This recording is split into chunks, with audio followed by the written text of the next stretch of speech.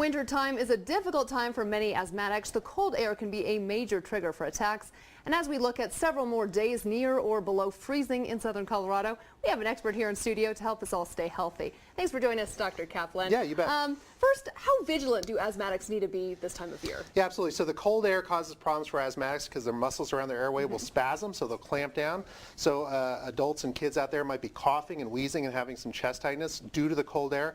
It may be underlying asthma instead of, just the cold air triggering that. So they may have that underlying condition. Chimney smoke, that can cause some smoke in the air. Viruses, cough, cold, flu season. And then, people turning on their heaters with that cat and dog allergy indoors, that can all cause problems. Any prevention tips you have for us? Yeah, keep your inhaler with you. Don't leave it in the car. A lot of people have inhalers in their car, and with this cold temp, it'll freeze on you. It may not work. Wear a scarf if you can. Try to cover your mouth.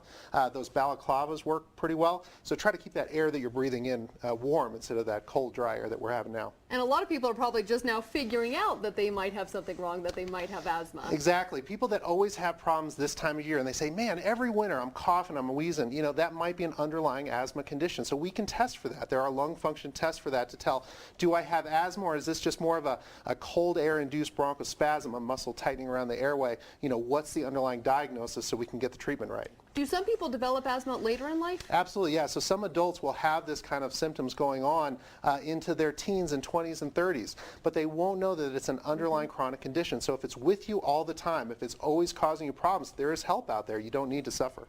And there's a condition we talked about, used to be called exercise-induced asthma. Right, so now it's exercise-induced bronchospasm. And the importance is asthma is an inflammatory disease, a disease of swelling of the airway, whereas EIB, or exercise-induced bronchospasm, is just the muscle constriction.